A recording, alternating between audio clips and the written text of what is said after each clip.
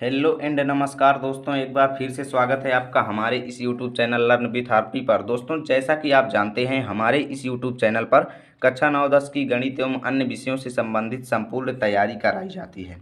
तो इसी प्रकार अब क्या हो रहा है कि हमारे लर्न विथ आरपी चैनल पर अब आज से कक्षा 10 की गणित का जो चैप्टर 6 है यानी कि त्रिभुज को शुरू करने का प्लान बनाया जा रहा है। तो त्रिभुज को शुरू करने से पहले मैंने सोचा कि क्यों ना आपको त्रिभुजों की समरूपता का परिचय करा दिया जाए, यानी त्रिभुज क्या होते हैं तथा उनके बीच बीच जो इस चैप्टर के मुख्य मुख्य कंटेंट हैं उनको आपको क्यों ना समझा दिया जाए। मुख्य मुख्य कॉन्सेप्ट को मैं इस वीडियो में लेकर के आ गया हूं, तो जुड़े रहिएगा इस वीडियो के साथ। यदि वीडियो अच्छा लगेगा तो लाइक एवं शेयर जरूर कीजिएगा।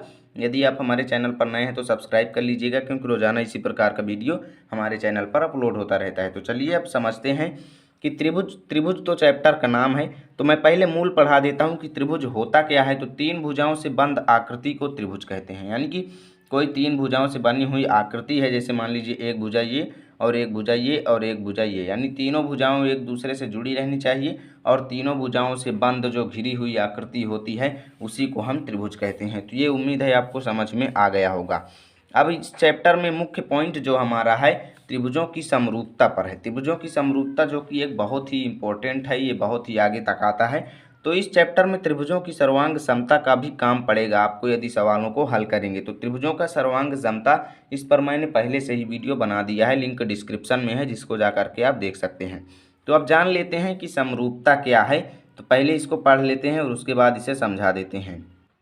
तो लिखा है, दो आकृतियाँ जिनके आकार समान हों तथा वो दिखने में एक जैसी लगती हों समरूप आकृतियाँ कहलाती हैं। यानी कि ऐसी दो आकृतियाँ जिनके आकार जो हैं वो एकदम समान हों, यानी कि बराबर हों तथा वो दिखने में एक जैसी लगती हों। जैसे हम देखते हैं तो हाथ जो होते हैं हमारे दोनों हाथ क्या होते हैं कि आकृतियाँ, यानी कि आकार जो है यदि समान हो तो वो समरूप हम उनको कह सकते हैं। लेकिन कायदे से पूछा जाए तो समरूप होते नहीं हैं, दिखने में हमारे जो हैं एक जैसे लगने चाहिए। तो यहाँ पर मैं आकृतियों की चर्चा कर रहा हूँ, तो मैं दो आकृतियाँ देख करके आपको समझा देता हूँ। जैसे देखिए, मैंने दो त्रिभुज यहाँ पर काट लिए हैं कागज़ के। तो आप देखें तो यहाँ पर इसका जो आकार है सेम टू वही इसका आकार है, क्योंकि एक दूसरे के ऊपर रखने पर ये पूर्णतया ढक भी लेते हैं एक दूसरे को, यानी कि आकार समान है इनका। तथा आप देखें तो ये दिखने में भी एक जैसे लग रहे हैं, जैसे ब्रदर ब्रदर दोनों लग रहे हैं। तो यहाँ पर इनको मैंने ब्रदर बना दिया, तो देखने में एक जैसे लगते हैं। तो इनको हम क्या कहेंगे कि ये दोनों समरूप आकृतियाँ हैं। तो आप समझ गए होंगे कि समरूप आकृतियाँ क्या होती हैं। अब आगे देखिए, त्रिभुजों को समरूप करने के लिए कुछ विशेष नियम भी होते हैं, तो उनको भी मैं आपको समझा देता हूँ। दो त्रिभुज समरूप होते हैं यदि उनके संगत कोण बराबर हों तथा उनकी संगत भुजाएं एक ही अनुपात में हों। आप ये देखिए कि यदि दो त्रिभुज हमको दिए गए हों, विशेषकर इस चैप्टर में हम त्रिभुजों की सर्वांग समता पर चर्चा करेंगे। तो यदि विशेषकर हमको दो त्रिभुज दिए गए हों और उनमें कहा जाए कि ये समरूप हैं या नहीं, तो इसको हम कैसे जानेंगे। तो इसके लिए मैं एक चित्र बना रहा हूँ। देखिए, जैसे हमें ये दो त्रिभुज दे दिए जाएं, ठीक, तो इन दो त्रिभुजों को हमें सर्वांगसम सिद्ध करने के लिए क्या करना होगा, इन दो मुख्य नियमों को जरूर फॉलो करना चाहिए, तभी ये दोनों त्रिभुज समरूप हो पाएंगे।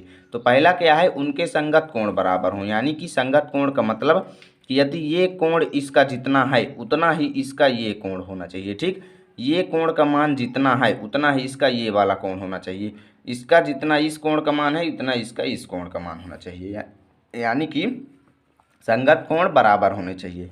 और दूसरी शर्त क्या है, उनकी संगत भुजाएं एक ही अनुपात में होनी चाहिए, यानी कि इस भुजा और इस भुजा का अनुपात जो है इस भुजा और इस भुजा के अनुपात के बराबर होना चाहिए और इस भुजा के अनुपात के भी बराबर होना चाहिए, यानी कि संगत जो भुजाएं हैं उनका अनुपात भी बराबर होना चाहिए। तो दो शर्तें हैं त्रिभुजों को समरूप करने के लिए। अब आइए त्रिभुजों की समरूपता के कुछ मुख्य कसौटियों को देख लेते हैं। तो देखिए, पहली कसौटी है कोण कोण कोण कसौटी, यानी कि एंगल एंगल एंगल कसौटी, इंग्लिश में कहें तो ए कसौटी। कोण कोण कोण कसौटी में क्या है, यदि दो त्रिभुजों में संगत कोण बराबर हों, यानी कोई दो त्रिभुज हमको दिए गए हों जिनमें संगत कोण बराबर हों, तो उनकी संगत भुजाएं जो हैं वो एक ही अनुपात में होती हैं।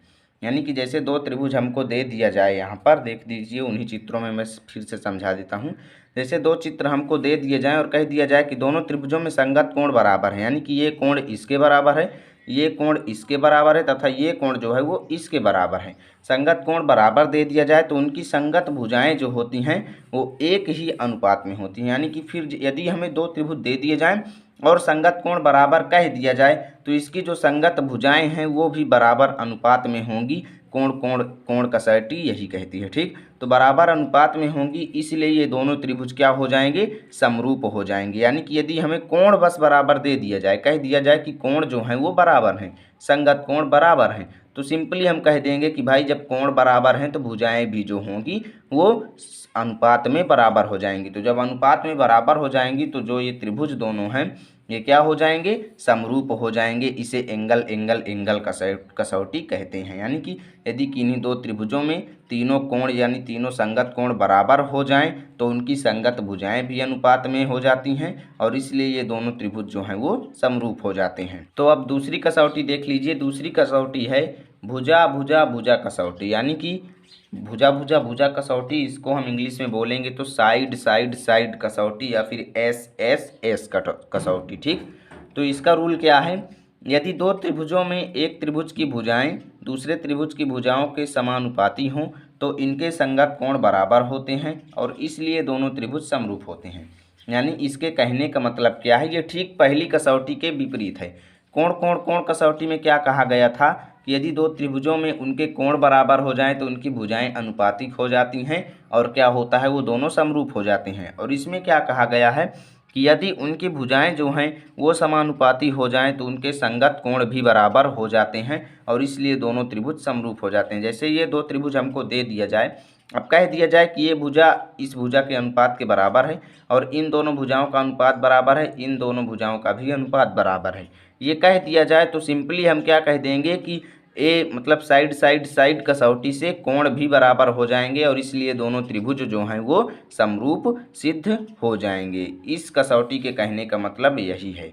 यानी कि एस एस एस कसौटी कहती है यदि किन्हीं दो त्रिभुजों में उनकी जो भुजाएं हैं वो दोनों समानुपाती हो जाएं तो संगत कोण भी बराबर हो जाएंगे और इसलिए दोनों त्रिभुज जो हैं वो समरूप हो जाएंगे। ठीक, अब आइए लास्ट कसौटी को जान लेते हैं जो है भुजा कोण भुजा कसौटी। ठीक, भुजा कोण भुजा कसौटी, जितनी कसौटियाँ इस यानी 10 के कोर्स में दी गई हैं उसी को मैंने लिख कर लाया है क्योंकि 10 तक का ही कोर्स इस चैनल पर कराया जाता है। तो कोण भुजा कोण कसौटी, यदि एक त्रिभुज का एक कोण दूसरे त्रिभुज के एक कोण के बराबर हो, यानी कि कोई त्रिभुज हमको दे दिया जाए, जैसे आप देखिए मैं उन्हीं चित्रों को लाता हूँ। जैसे देखिए दो चित्र हैं, अब कह दिया जाए कि यदि एक त्रिभुज का ये इस त्रिभुज का ये वाला कोण जो है दूसरे त्रिभुज के इस वाले कोण के बराबर है, ठीक, तो तथा इन कोणों के अंतर्गत करने वाली भुजाएं समानुपाती हैं। यानी कि इस कोण को जो भुजाएं अंतर्गत करती हैं यानी जो भुजाएं बनाती हैं इस कोण को, उनका अनुपात भी बराबर हो जाए तो दोनों त्रिभुज समरूप हो जाएंगे। देखिए यदि कह दिया जाए कि ये कोण जो हैं इसके बराबर है, साथ में इन दोनों भुजाओं का अनुपात इन दोनों भुजाओं के अनुपात के बराबर है, तो फिर ये दोनों जो त्रिभुज हैं ये समरूप हो जाएंगे। भुजा कोण भुजा का कहने का मतलब यही है। क्यों, इसके कहने का मतलब यह है कि भुजा भुजा यानी भुजा, फिर कोण यानी कोण भुजा, भुजा कोण भुजा, भुजा कोण भुजा, यानी कि किन्हीं दो त्रिभुजों में यदि कोण जो हैं बीच के वो बराबर हो जाएं तथा इन कोणों को बनाने वाली भुजाएं का अनुपात जो है वो भी बराबर हो जाए तो दोनों त्रिभुज क्या होंगे, समरूप सिद्ध हो जाएंगे। तो इस वीडियो में बस इतना ही, मिलते हैं आपके साथ अगले वीडियो में। वीडियो अच्छा लगा है तो लाइक एवं शेयर जरूर कीजिएगा। चैनल पर नए हैं तो सब्सक्राइब कर लीजिए क्योंकि रोजाना इसी प्रकार का वीडियो हमारे चैनल पर अपलोड होता रहता है।